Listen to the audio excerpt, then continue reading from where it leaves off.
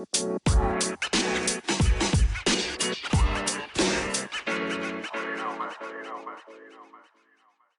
following program is rated TV MAL. It contains strong language and is intended only for mature audiences. Viewer discretion advised.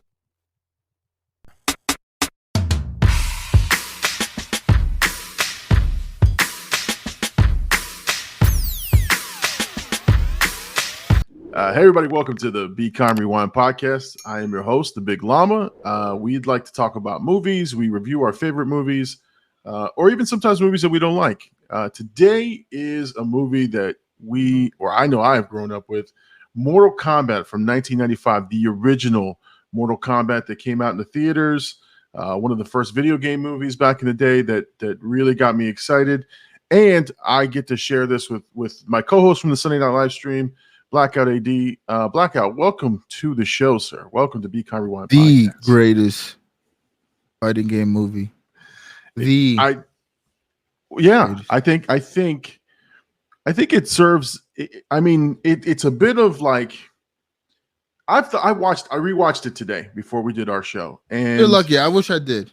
I honestly, the way the day played out, I was like, damn, we're not gonna even record this. I'm not watching it until we need to record. But I'm glad you did, because at least, again, there's probably things you're gonna remind me of throughout the thing. But yeah, go ahead. Yeah, no. I this movie. It was one of the first movies, and I want to point out what I'm wearing and the reason I'm wearing these things. Again, this is a podcast, so you probably won't see this, but if you're watching the video replay, I'm wearing my South Broward High School shirt. It's my high school shirt because this came out when I was in high school. I went to the movie theaters to go see it. I was very, very excited. And this actually was the first time that I saw people cosplay. I saw actual people dressed up as Mortal Kombat characters going to the movies. Which up until this point, never seen it before.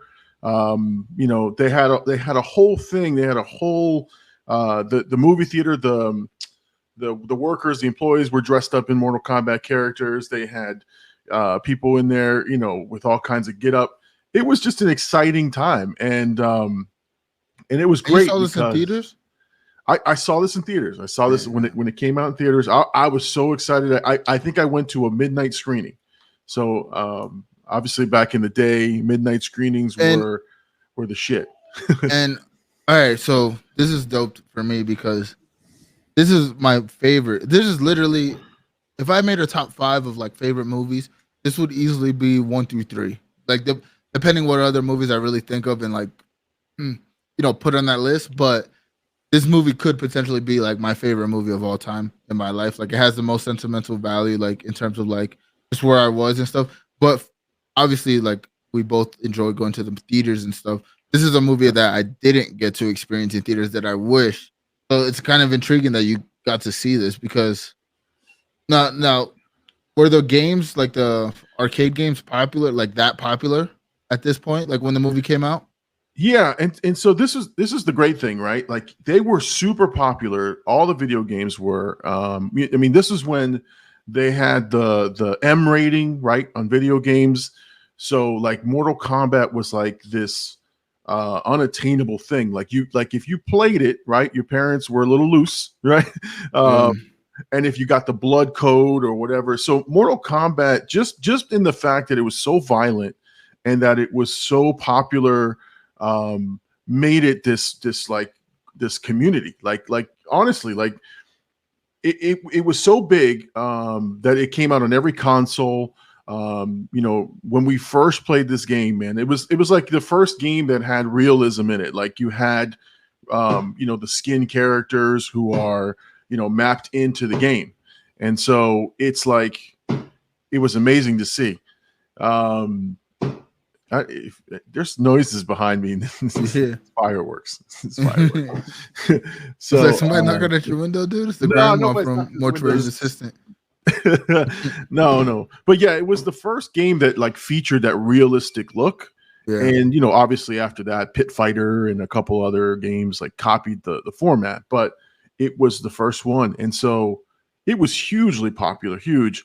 Now, I was going to tell you the one thing that in watching it now versus what I did back then, I didn't know the lore back then. So the movie, to me, everything in the movie was brand new.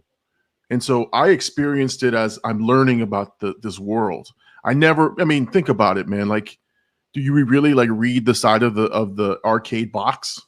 You know, because there was a whole, chapter thing that tells you about every character. Yeah. And obviously some people did, but I never did. So when I went to see the movie, brand new. It's fucking brand new. Yeah. So I mean, to me, it was huge. For me at least, especially in '95. I was cognizant when I watched it. Like, I remember the first couple of times I seen it and like how I felt. So I don't remember exactly how old, but it had to be like 97, like 98 maybe, or like I watched the movie. But I knew about the games, but this was like my introduction to Mortal Kombat, and been a fan ever since. Obviously, this is a dope episode because of how we started our podcasting adventure together with the new Mortal Kombat, which I'm sure we'll do a BCon. We gotta do Annihilation at the very least. Oh yeah, that's gonna be a good episode. But I'm happy to do this one because again, it has a lot of nostalgia for me. But hearing your perspective of it, because like you said, maybe people weren't super into like. I mean, you had to be probably hardcore, especially like the people that are cosplaying knew the lore probably. You know what I'm saying? For the most part. But the movie itself is not very lore based, if you will. Like, I mean, Scorpion and Sub-Zero, easy characters that kind of just like in the movies, they're kind of just like side characters that they don't really give shine to. They don't really tell you too many backstory. Like, besides like Shang Tsung saying like they were mortal enemies, but they're under mind control. Like, that's kind of like their easy way out. I wonder if it was intentional for them to like make it as like cookie cutter-ish as possible to get like masses into it. I don't know. Yeah, I think they didn't want. I honestly, in rewatching it now, it is a direct direct copy of Enter the Dragon. The entire movie. Obviously, the difference is Bruce Lee versus the characters in Mortal Kombat, but the setup is exactly the same. All these different fighters coming together on an island. They're fighting on Shang Tsung's island, and in Enter the Dragon, they're fighting on Han's island. It almost like beat for beat. The first quarter of the movie is Enter the Dragon, which I didn't know, and now watching it was pretty neat the second time around, or not second time. I've watched it many times, but watching it before this, I just kind of thought, wow, that's exactly the same movie, like the same tropes. But I think the where they got it right in the movie was that you wanted to see the fighting. You wanted to see them fight, and they fought. And that was the key. That was the key to everything. I mean, they had really great fights. Now, I do think there were like missed opportunities in some fights. There could have been more fights. Obviously, could have been a little bloodier. They went for the PG-13 rating, which I understand why. Especially because of the game having having the backlash it was with like the mature rating and everything like that. So I could see why they went for that PG-13. Now, do you remember like the reaction to the movie? Because if you were in high school then, you know what I mean? Like you were more tapped in. Like, I mean, I feel like high school kids, especially high school kids, are like most tapped into the culture. Like, I mean, they got nothing to do, like that's how I felt at least. So do you remember what like the reaction was? Oh yeah. I mean, people loved it. People loved the movie and they thought it was amazing, right? They thought it was a great film. The CGI was relatively new for us at that time, right? Like we had the best new thing was like Lawnmower Man and all these other weird movies that had. One thing about the first one compared to Annihilation, that it was more practical. Like there was a lot. I mean, obviously Goro. They said it took like 8 people to control an arm or some shit. Like there was a lot of people that worked on it. Yeah. No. I mean, there were some things in it like that. Looking at it now, right? You're like, wow, we could have definitely used some touch-ups, right? But honestly, when it came out, I was blown away. We just didn't. We've never seen it like a video game adaptation get to the movies and be somewhat close to accurate. It wasn't accurate, obviously, but I mean, it was something that we translated and said this is really, really good. So we loved it, man. It was great. I don't know how much it made in the theaters. I think it was successful enough, right, where they started filming the next movie. But it was a big hit, and I remember everyone talking about it. And but back then we didn't have the 24-hour media scope, right? That like breaks down every movie and tells you how good or bad. And we just went to the movies and we talked to our friends about it. Like, hey, you see that Mortal Kombat movie this weekend? Yeah. You know, Word of mouth. and that's all we talked about was Mortal Kombat. And then we went for multiple viewings. We went back to the theater with our friends who didn't see the movie on the midnight showing or whatever. But yeah, man, it was amazing, man. It was a glorious time because the video games were getting better, right? The consoles were getting better, and then while we had movies, man, it was like prime. We loved it, man. It was great. I mean, even like, so how I got introduced to it was like my dad and his sister, which like to this day my aunt says like to her one of her favorite moments is me watching the movie and like copying Johnny Cage, like I'm gonna kick your ass or some shit like that. Like, and I just repeated the words. She's like, oh no, like he's seen this movie too much. But she would like play it for me all the time to the point where she literally told me, and like shout out to my aunt, I love her, but she literally told me she hid the movie because my grandpa would record like all the movies on like VHSs. Like he would record everything. He would watch like TNT and all that shit and have all the movies. But she literally hid it for like, and I remember there was like 2 years. She was like, yeah, I don't know where they are. I don't know where it is. I don't know where it is. And I'm like, yo, where's the movie? Like, let me watch it. Well, and this movie is obviously before DVDs, DVDs were released. So the VHS tape was the most coveted thing, right? And I think at the time in 95 or 96, when it finally came to VHS, it wasn't as expensive. Like it was like, $20 or whatever, but those things flew off the store shelves, man. Like people had their copy. And because there was such a huge backlash from the government, it made it more popular. Like, oh, we're popularizing these games. It's awesome. It's an awesome feel. Fun fact: the Mortal Kombat soundtrack or the theme song to the movie is the first ever #1 EDM hit. What? Yeah, ever. Which is crazy. I mean, like the song was everywhere. Oh, the song was fantastic. To this day, it comes on. And you're like, the song was great. The song, and then there was remixes, and they had, and then there was the version that had I wanted to play at my funeral, dude. I need that song to play at my funeral. Like when they pull up your picture, Mortal Kombat.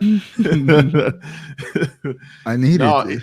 No, that song was great. It was, again, it's a time capsule, right? Because if you really think about it, that was the sound in 95, 96, 97. That was that techno and all that stuff was sort of even like 2000, 2001 with like Fast and Furious, like right. It had some like techno, like, Blade.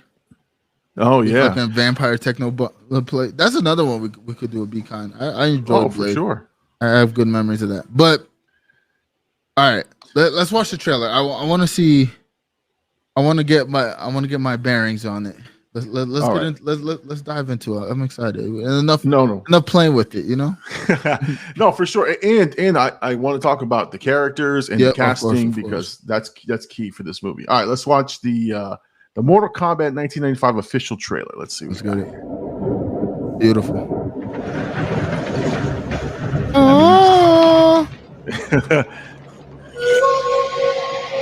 I mean, seeing this, man. In each of us, that right there, the fury blew my wad right there. Every generation, a few are chosen to prove it. One of you three will decide the outcome of the tournament. 3 strangers will travel to the mystical realm of Outworld. When you saw this preview in the theater, you flipped out, bro. Oh, I bet. I bet at the time you're like, oh my god. Right. I would cry. And his forces of darkness. In an ancient tournament. Why they killed the only black man? One more victory. Your soul is mine. That right there, bro. No! Is theirs. It has begun. Dude, there's the song. There it goes. This is definitely getting copyrighted.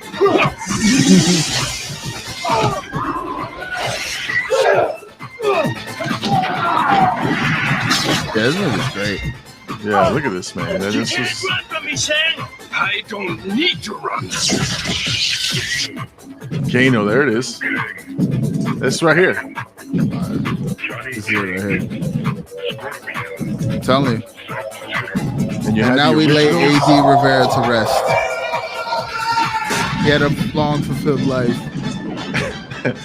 And that's the opening credits right there. Combat Jesus. begins. Combat begins with a K. In case you're blood. I'm telling you, man. Nah, that was. I mean, obviously, it did not age well. Trailer's ass right now, but I bet back in the day that shit was fire. I mean, when the music says the name of the character in the same voice that you hear when you make the player selection from the arcade game, Beautiful. it's fucking phenomenal. You're just like, damn, this is exactly what I want. And you're right, it didn't age well, but you know, I was gonna say, like, this is one of those movies that I would like they've done it on a couple of movies, and I know that people who have the ownership rights to the movie don't give a fuck about the movie, but like, give it the fucking George Lucas treatment. Somebody go there and do some special effects rework and fucking make this. Like, there are some scenes that if you took and you just re-edited a couple of things, man, it would take it to the next level. Like this would be a classic, right? It is a classic, but I'm just saying, like, I want that so bad. I want somebody just touch this movie and fix a couple of minor things that I kind of had issue with, right? But man, it is what it is. It's a 90s movie. It has its 90s charm. Oh, to that's literally what it feels like. Like it's a 90s Yeah. movie. But again, it did a lot of things right. Like, as a game lover, it did a lot of things right. It did a couple things as a Mortal Kombat lover. There's some things where you're like, the movie's really good, but it was missing, again, more lore. It needed to me, it's so rich in lore. Now, again, at that time, there was no thought of like, now, like, if that movie came out now, if Mortal Kombat, this first, the one that we did in 2021 or 2022 that we did the review on, if that came out now and that was the first Mortal Kombat property, they would have in their head a universe already. You know what I mean? Yeah. It would build the lore properly. At that time, they were just making a movie. And like you said, it could be very much a Enter the Dragon like reskin, if you will. You know what I mean? Like, Yeah, this is the base of it, but let's make it around Mortal Kombat, because again, the casting was really good. Johnny Cage was really well.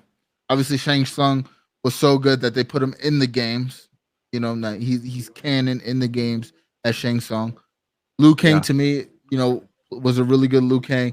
Even Sonya was a really good, and you know, Cameron Diaz was supposed to be Sonya Blade. What? Yeah, and she got hurt in the training, like leading up to the movie, and then they brought this girl in. Yeah. Oh no, I love Bridgette Wilson. She was like mental save it in the bank type woman. I mean, she was. Oh wow. No, Dude. any Yo, you better put your kids to sleep. We didn't say that at the top of the episode. Hey, I said mental. Sleep. I said mental. You take, use your imagination. Oh, no, but yeah, I'm sure you will, dude. No, but any movie she was in, I was like, damn. I saw her as just this beautiful woman. So the fact she was in it, I wasn't disappointed. So you're excited when he had her tied up for no reason in the tower when he challenged her to a fight and then tied her up in some fucking barbarian wearing costume. Like, what the fuck? Is this what they wear in Outworld, dude? You changed her? Exactly. You made her put this on and tease her hair out? Jesus. The one bad casting and to this day was Raiden. No. It was Lord Christopher Lambert. It was amazing. From the Highlander series. It was amazing. This guy was ass. No, it wasn't, dude. The charm. He had charm and charisma as Raiden. Our other, like, honestly, they try to make, all right, not they try to make, they make Raiden accurate to his ethnicity and like his culture now, and he's so boring. Yeah, Like that's Raiden true. is a boring character. Otherwise, he's just like a straight edge dude. Yo, Christopher Lambert had charisma. He said, "I don't think so." Like, Flash the eyes. he had jokes. I mean, remember, like one of my favorite moments is when he's watching the fight and somebody does something good and he like punches the soldier. Like, oh, my bad. Like, I got too carried away. Like, he was the only one having fun on the set. Him and Bridgette Wilson were the only two like bona fide stars that were in other movies, like big movies, like those. Like he was the big draw because he was in the Highlander franchise, and I think I've never watched any of those movies, but I think those are incredibly successful. But yeah, he was the one big draw, and I guess they needed that. But he was I wasn't a fan of his. That's all. But I get what you're saying about the charisma though, because the new Raiden in some of these adaptations and movies and whatnot is not that exciting. Think about it. The Raiden from this 2021 Mortal Kombat was boring. There's nothing. Right. Give me a quote from the movie. I couldn't tell you. Yeah, but I bet you when he said when Raiden's like everybody stopped. He was like, "We're gonna get through now," you know. Yeah. But obviously, it wasn't accurate. It was just like you said. They needed some kind of star power. I think he did good for the role, and I think he was a good balance to like how good Shang Tsung was, and like how serious Shang Tsung was. Like there was nothing. I think you felt the presence of Shang Tsung. Like this was a dangerous guy, you know, and Raiden's it was like a good contrast, I think.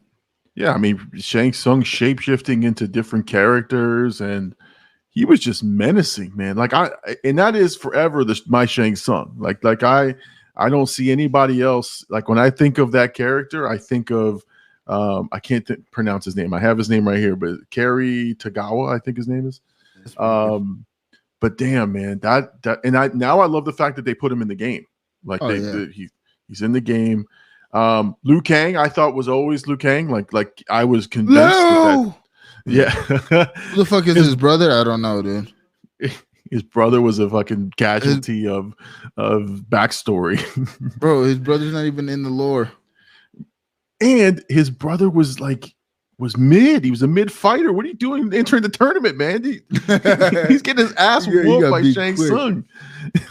Like he wasn't even like putting up a fight. Like at least punch him in the face or something. Listen, if somebody does what Llama says and edits this, edit the brother out, dude. He played no part.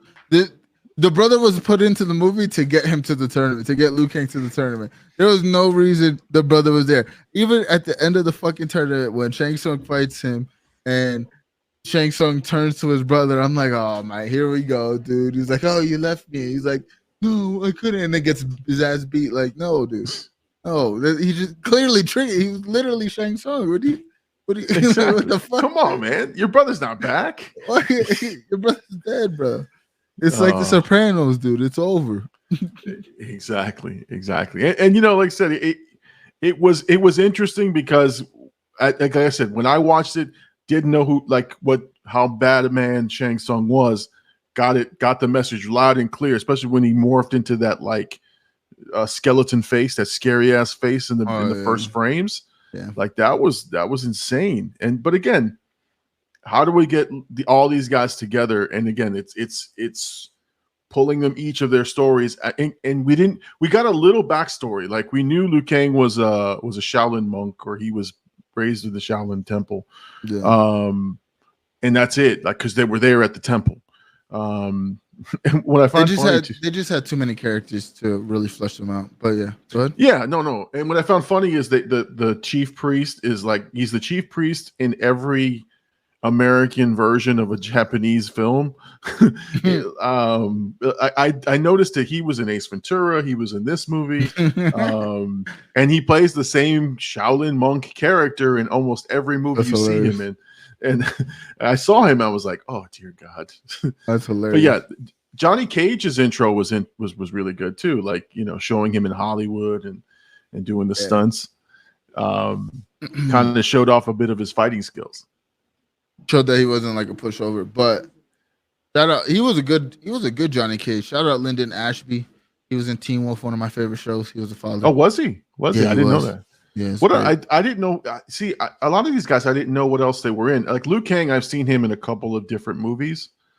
I call him Liu Kang because I don't know Robin. His name is Robin Shou, but I've seen him in a couple movies, and every time I can't shake the character, I'm like, that's Liu Kang, Yeah. and that's bad. That's bad. Like sometimes you get typecast, like you're the Liu Kang. You type. just play. I mean, you just play a good. It's like Harry Potter. You just play a character that's too iconic. Right. And think about it. Well, it's also because how big the movie was too.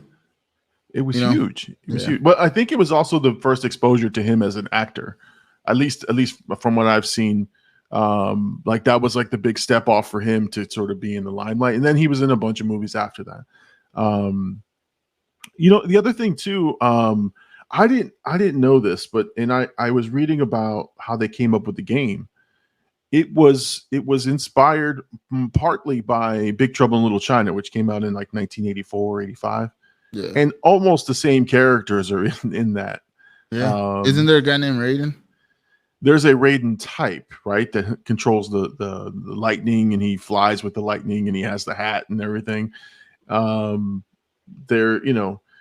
I went and after I found out, I went back and watched that movie too, and I was like, damn, it's not a direct ripoff, but it's like inspired by. Yeah. So there are inspirations there. Let's see, they had Shang Tsung, they had Sonya Blade, which again were the OG characters. Then they introduced the characters from MK2. Kitana was in this one, right? Because she wasn't the original. It's fine. It's Puerto Rican. Shout out Puerto Rican. Oh, was she? Yeah. Talisa Soto. And then Kano. Kano was an interesting character. Kano was another iconic one because Kano was never meant to be Australian until that movie. And then they adapted it in the lore itself that he was. Oh, that's right, because he was an American fighter, right? Yeah. If I'm not mistaken from the description. But yeah. He did a great job. That dude was ripped, man. That dude was like, wow, dude. That's the first thing you said. He was ripped, dude. He was ripped sexy as hell, dude. The eye patch did it for me. I didn't say sexy as hell. I just said he was ripped. But no, Kano. He died like a cuck, though. Is he? No, I said he died like a cuck. Oh yeah. I mean. Well, he said, "Yeah, give me a break." Okay, snap classic. That's classic. Let's see. They had Scorpion and Sub-Zero, which were played by two different, obviously, actors, but they both had great scenes. Even though I wasn't complaining about their lore, but they both had great fight scenes. Oh yeah. Let's see. Scorpion was played by an American, is like Chris Kasama, and then Sub-Zero was French. Francois Petit. Dude, so they didn't even say a word. No, exactly. It doesn't matter, right? It doesn't matter who you are if you can only see your eyes. Like, who gives a shit who is underneath there? But context. That's true. But what was interesting is that they gave you what you wanted from the game from these two characters. You had the get over here, Scorpion, releases that. Now, I wasn't a fan of the thing coming out of his hand, right? To like be this little character thing that like eats things. I wasn't a fan of that, but in watching it back today, it works. It works in the movie. Like, and that's what I'm saying. Like, there's so many iterations of Scorpion that that it's just with a fishing dagger or something that like he just throws. But it worked in this movie, and it again, as a kid watching this, I could give a shit. I was like, this is pretty awesome. He's got this thing coming out of his hand. But at the time too, they didn't really know what it was in the game. Like you just saw he threw something and like pulled you back. So they kind of interpreted it how they wanted. I don't know. It's weird because again, this is my introduction to it, like mainly.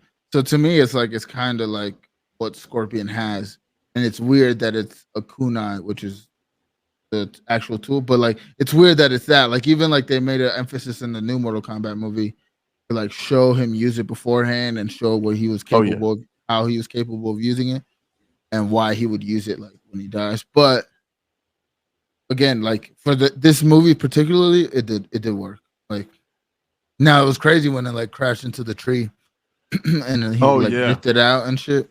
That was nuts. But Yeah, that was the and- last time we seen it, so it hurt him kind of. And the scenery though was great, like the whole The trees? woods. Yeah. Oh, that backdrop was amazing. Like that like took you out of the island, right? One thing I always thought of was why the fuck was Johnny Cage out there? Right, just wandering this random forest On of a deserted island that you what? What is like to me? The movie could have been. I mean, it probably was like it had to be like what, like 70 minutes, 80 minutes, maybe. I can look it up, but I don't think it was that long. But it wasn't that long. There was a lot of things like that in particular where it's like the tournament is just going. Like even like the Katana Liu Kang fight where like they just like wrestle for a little bit. He whispers in his ears a couple things. Hey, use the water. What? Use the water. What are you talking about? Yeah. And then Shang Tsung's like, hey, chill the fuck out. And then it ends in a draw when everybody else has been dying in this tournament. And all of a sudden these two just like are cool. You know what I mean? There was a lot of weird things that they could have expounded on a little bit. Yeah. Well, what I think what was cool is, like I said, that the MK2 had come out about a year or so before the movie. Yeah. And so they were just trying to pepper in some other characters. And like they had Reptile, who was, I think, poorly constructed. And he was the CGI, little creature. But then took shape and form, and that was pretty cool. That was fire. Yeah. Once he got into his form, that was pretty awesome. And like I said, they were just sort of sneaking in some things for you, like to say, there's more to this world. Jax got sidelined, I think, by time because the movie is an hour and 40 minutes. But yeah, Jax seemed to be overkill, right? But he is an MK2 character. I think they were really setting up the next movie, to be honest. Like it seemed like you had enough where you can revisit characters and say, okay, we've now, you got Jack sitting in the background. You have, Reptile, who was introduced, and so, and Kitana. And so, the Baraka and all these other characters could eventually make their way. So it was interesting to just kind of see how they were designing the movie. But yeah, in the end, it became a hodgepodge of, we got to get them fighting. We got to have them, in a tournament because that's what the people wanted. And I'm glad they did, because it would have been a bullshit movie if there wasn't a tournament, because that's the whole premise of Mortal Kombat. But I mean, now we've seen it with this one, which I guess we can like compare now, but this most recent one is not the tournament. And we've seen like things in this one, spoiler alert. I mean, if you haven't seen it, but like Goro dies, and this is pre-tournament, pre-Mortal Kombat, So it's like, I don't know, it's weird. It's like, I'm glad we did get the tournament in the 95 version, but again, if they planned it out right, and there was things with Annihilation that went wrong in terms of like production, and that's why like they changed Raiden. That's why they didn't get Linden Ashby. There was like a bunch of things that happened where they had to switch these characters up. And I think it got to a point where they were like, well, let's just fucking make the movie because it was so successful the first time. Like, let's just throw some shit out there. And I mean, obviously Annihilation was what Annihilation was, but it was clear they had an idea and they just couldn't execute it. Like they couldn't bring it to a second film, which sucks because, again, if we would have got, think about it, if we would have got an elevated second version of this, a sequel of the 95 version that improved on what worked in that movie could have been really good, I mean, with the characters that they did introduce, like they brought a bunch of characters. That was another thing too. It's like, again, at that time, they weren't thinking like in the landscape of now where it's like, there's a universe we can build our lore and really like give everybody separate movies if we have to really build this out. But you could see the seeds were there. Like it could have been way better than it was, like it could have been a real like trilogy even if they did it right. If the second one, I guarantee if the second one was successful, that we would have got a third one that would have expounded a little bit more, especially because the games were still popular at that time. I mean, I guess growing too. I mean, because Mortal Kombat 3 was also popular. I mean, Mortal Kombat 3 was like holy shit, game changer. Yeah. Because that one introduced the running and introduced the 3D aspects. It was, I mean, so yeah, the games themselves were getting more and more popular. The movies just fizzled out. But I heard on the first movie, again, part of the problem was how do we get and you're right. If this were today, we were talking completely different. There would have been a whole setup for these movies. But back in 1995, it was just like we got to get them all in on the camera. We got to get them all on the screen, so that you get toys. Right. Well, sell the toys and that people get what they want out of a Mortal Kombat movie. Yeah. And that was the key for everybody was let's make sure we get everybody in there that people want to see, and then people will be happy. And then if the movie is successful, that's kind of what's been happening. Is a movie is successful, let's do another. Okay, this one made lots of money. We can greenlight the second one. But then you've got plot holes and you've got story that's not fully developed, and you go and I think the popular thing was to then elevate it. Say, okay, you Paul W.S. Anderson, you made this one. We're gonna give it to somebody else. And a better writer, like because we want big money. So the script and the feel of the first movie isn't even in the second one. And that's what's tragic about Annihilation, because I mean this one ended on such a great cliffhanger. I mean, Shao Kahn. It was kind of ass.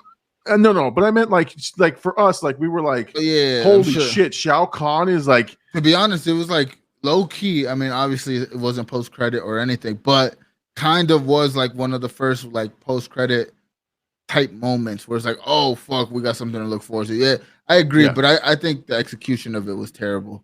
Like him being as big as he was and shit, it was like he looked like a fucking kaiju. Like, you know, like why is he so big? And he was in the sky. In the sky, yeah, like that confused me. But I do agree. Like, I'm sure when you see it in the theater, like, oh, like fuck, bro. Like, didn't he come out in Mortal Kombat 2 as well? Yeah. Oh, so it had to be a mind blowing moment.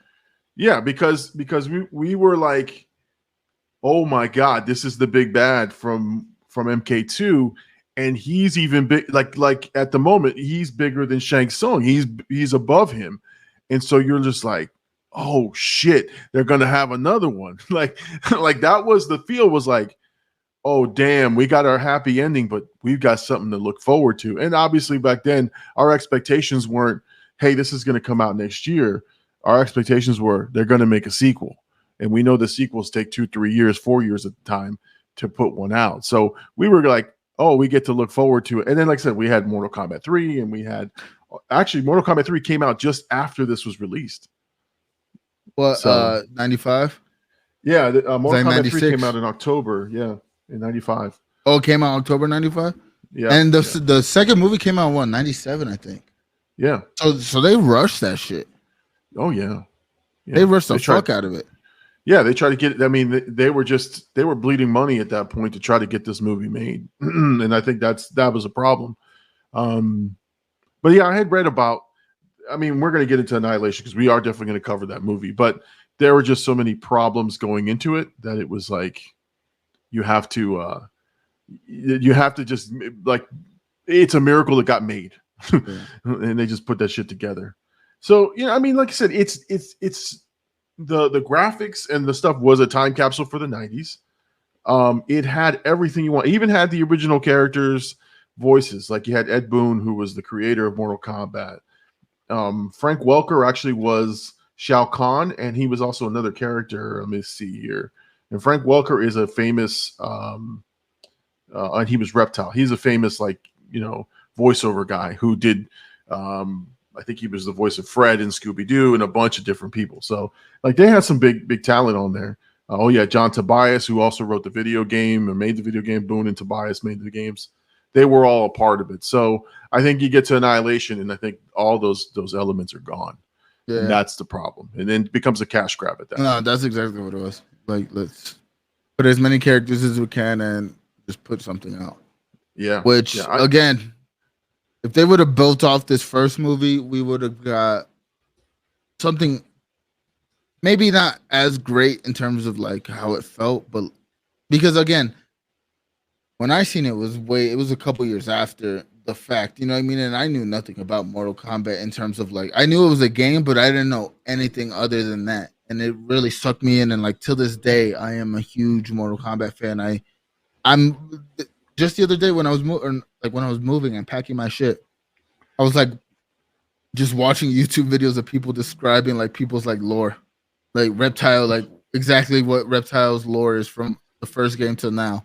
And it's like, you know, like whenever like he was introduced till now, I was just watching like video after video, like character after character. So I don't know, man. I mean, obviously they dropped the ball, but for what this movie was, to me, still is top 5, if not greatest video game movies that have ever come, and did it right. You know, did it right for the video games itself. Well, and the funny thing, and I just looked it up because I was curious. The original Super Mario Brothers movie, the one that was classically panned, you know, came out in '93. So I think the appetite, and I think Mortal Kombat is such an upgrade from that. And I think they learned those lessons. Is like give the people that the characters look like they're supposed to look, have them do the moves that they do, right? Like you don't freeform it, don't do your own shit with it. Yeah. Make it exactly what they see in the video games. And the good thing is they had that video reference material so that they can use that, and it's easy at that point. But all the characters look who they're supposed to look like. And I think they learned from that. But that was an interesting. I just happened to look it up because I was like, man, when did the Mario Brothers movie come out? Because that was like the death of video game movies. And then Mortal Kombat came out and did pretty well. And then Annihilation. Annihilation did what it did. No, I mean, this is let's see. I'm just trying to think of what else was in this movie that oh, I meant to ask you. So we'll just go down the list of the MK1 and MK2 because that's who's in this movie. Your favorite character to play as in MK1? Yeah, I would say it's probably Scorpion. Okay. But I think it's Scorpion for like every game pretty much. Until like the newer ones, because then I like characters like Kenshi and like newer age characters, but I like characters like that. But like Scorpion for sure was like I had one of my craziest dreams was kind of like, now that I think about it, the dream itself was kind of like the scene where the Scorpion and Sub-Zero walk in on the boat. It was kind of like that, but like they were like chasing me through like my parents' house, and they were looking for me, and I was hiding under the bed, and I just remember like seeing their boots like walk across, and then I woke up obviously. But like Scorpion and Sub-Zero were definitely my favorite characters growing up, and even like Reptile. Like I was a fan of all the ninjas. I was a fan that they had different, like, you know, they were dressed similar, but they had like the different powers and stuff. So like I'd say easily like one of the ninjas. It don't even have to be Scorpion, but in any game. So the MK1, mine was Scorpion, and only because I only knew that move. I only knew the get over here and the uppercut. Yeah. and that was my, you know, I could sling that weapon every single time and was pretty successful. But that was actually the one and only time I actually like had strategy in a fighting game. I'm a button masher, like that's just me. But in that game, I knew. Well, obviously you've seen me play different video games. You know I'm a button masher. But that was actually the one and only time I actually had like a strategy, and I knew the move sets, and I knew how to maneuver him up and down the screen and where to put him. So it was one of the first characters, and I've used Scorpion in every single iteration of Mortal Kombat that's come out, and I used the same moves, and I tried. But I loved Sub-Zero. I just couldn't figure out how to you know get. It was like Sub-Zero's moveset was opposite of Scorpion, so I just couldn't figure out. After doing it so long, I just couldn't figure it out. But that's been my favorite. And then in MK2, like I said, same thing for me. It's still Scorpion. I know you can play as Shang Tsung and a couple other people in MK2, but again, that was mine. What about MK2? Was it the same? Same. Pretty much. Yeah, but I didn't really get to play. Like, I didn't play those games, to be honest. Like, I played them now, like more recent, but like even like as of like a couple weeks ago, we went to an arcade bar and they had Mortal Kombat They had Mortal Kombat 2 and 3 right by each other, and we were playing it. But yeah, it was definitely Scorpion. Like throughout, it was like Scorpion, and then you get to like the weird characters where they have like Freddy Krueger and shit, and like the new age shit. And I was using a lot of those kind of characters too. Spawn, obviously, but in terms of like OG Mortal Kombat characters, definitely Scorpion, Sub-Zero. But I got a question for you. You got a favorite moment from this movie? Like you, now that you watched it today, so a little bit more fresh. I still love when Shang Tsung is introduced, but actually when he takes the soul in on the island, when he start like Shang Tsung was the way he is. It's like perfect character development. It's like perfect, like his introduction is great.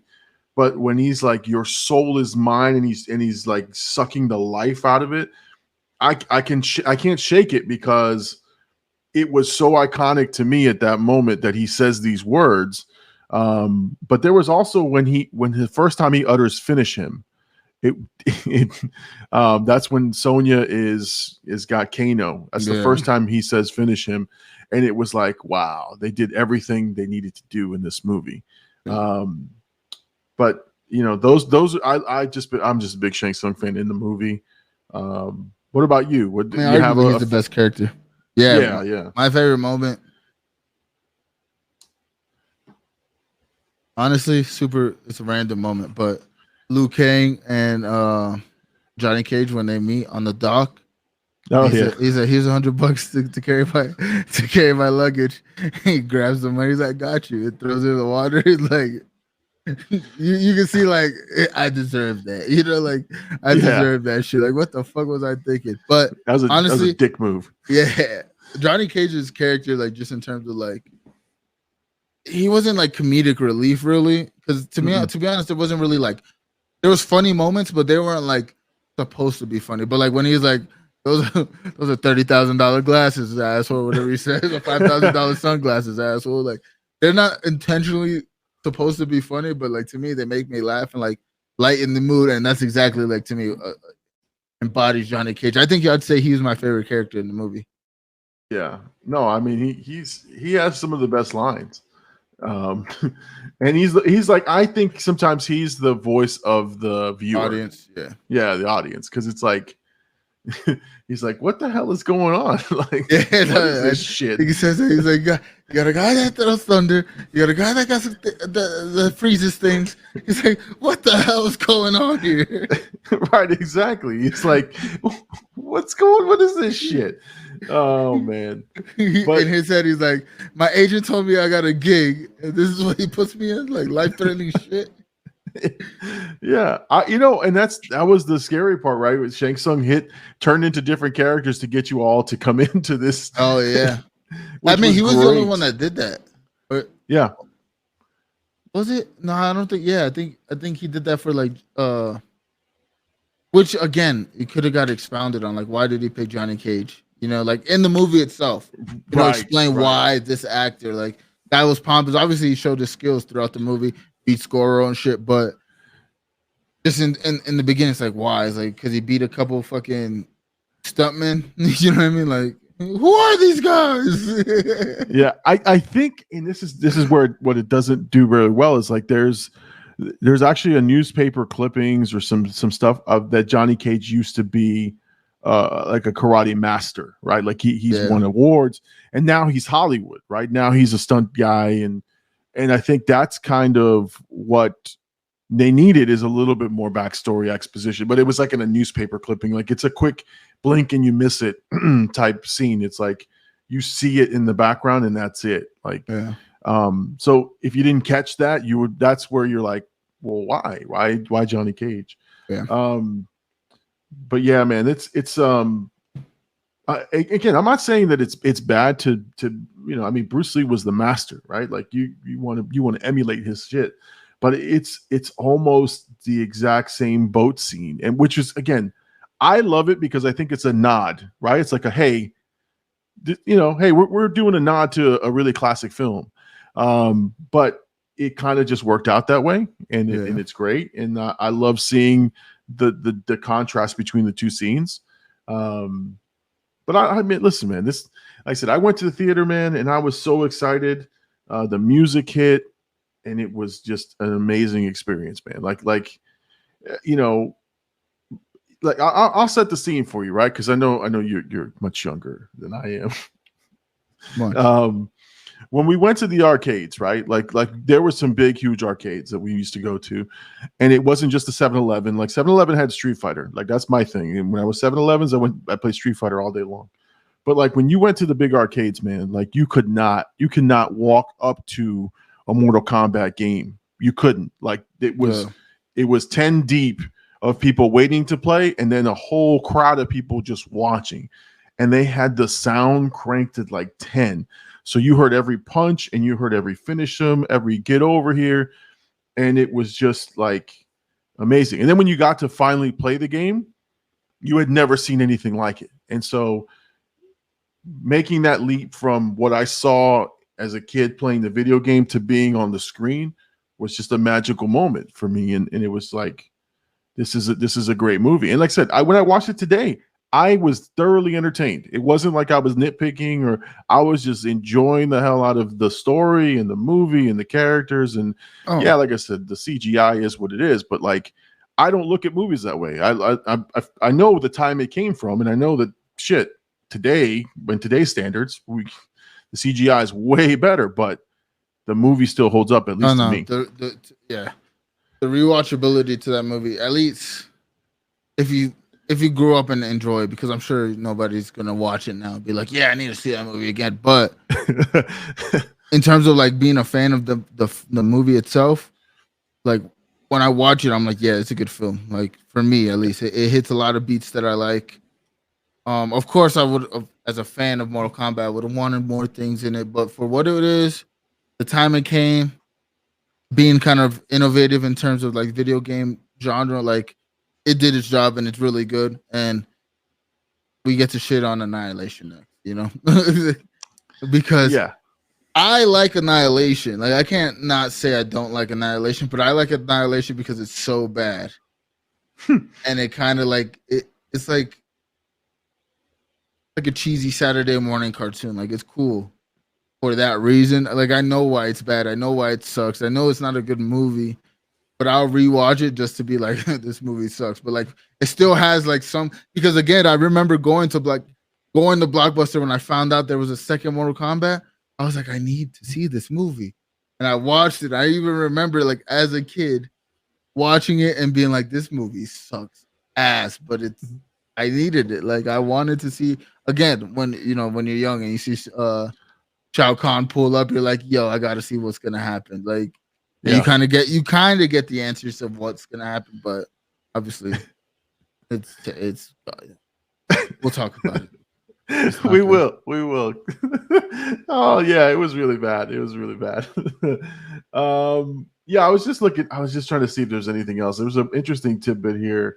It talks about that when you see the scene with Johnny Cage, that the director was supposed to be Steven Spielberg. Yeah, like I remember him. He was a fan. He was a fan of the movie in the Mortal Kombat series, and he wanted to make a cameo, and for whatever reason didn't make it. But they made the guy look like Steven Spielberg, so that's interesting.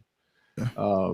But yeah, no. I think this has been fun, man. I think this was a fun discussion to go back to Mortal Kombat and just really get, give it its due, and like I said, in rewatching it, I understand now where I was, and I loved it. And I still love it to this day. So, I think for the next or for another Be Kind Rewind, we're definitely going to talk about Mortal Kombat Annihilation. That's definitely coming, and yes, we need to revisit the newest Mortal Kombat movie, which is the one that started the Sunday night live stream. For us to revisit that and talk about how I'd like to compare it, because in a lot of ways it's like the new one did a lot. I mean, we'll talk about it because I feel like the new one improved on a lot of things, but the old one did a lot of things better. Yeah. I mean, just the blood and guts alone, which again Mortal Kombat is known for now even more, was I think that's what makes that movie. And I bought it. I bought the movie. It holds a sentimental value, obviously, because of how we started. So I bought the movie. I make sure I have that one on physical media. I do watch it from time to time. It's just but I love how violent it is. That's the thing.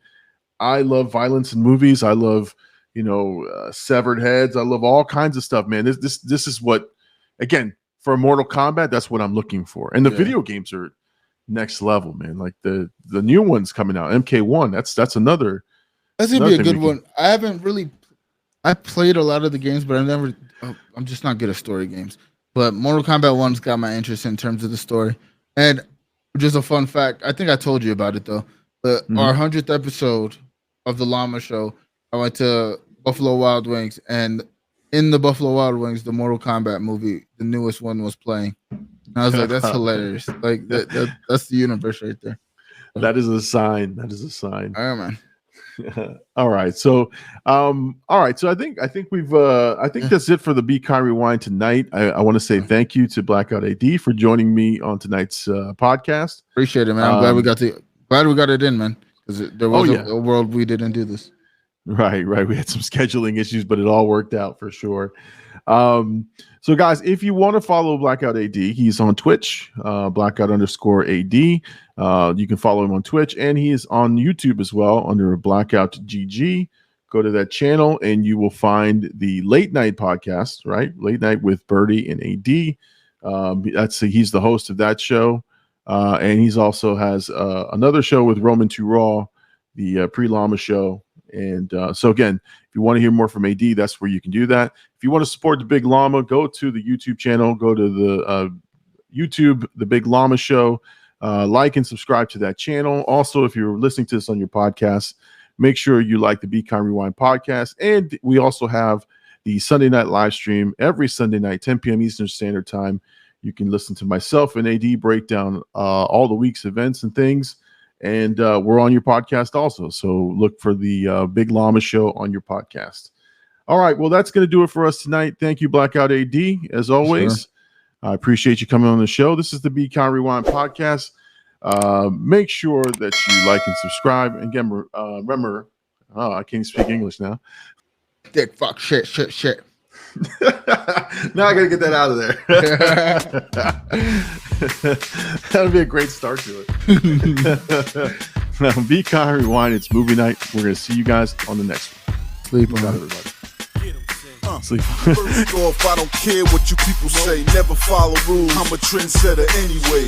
Okay, I march to the beat of my own drum. They say I need rules in my life. Well, I got some. That's 1. Kill the competition. 2. Be a loyal dog. 3. And if they snitching on your man, send them to the morgue. 4. When you party, go hard till you hit the floor. 5. If you didn't see me do it, what the hell you asking for? Welcome to my world. SINA.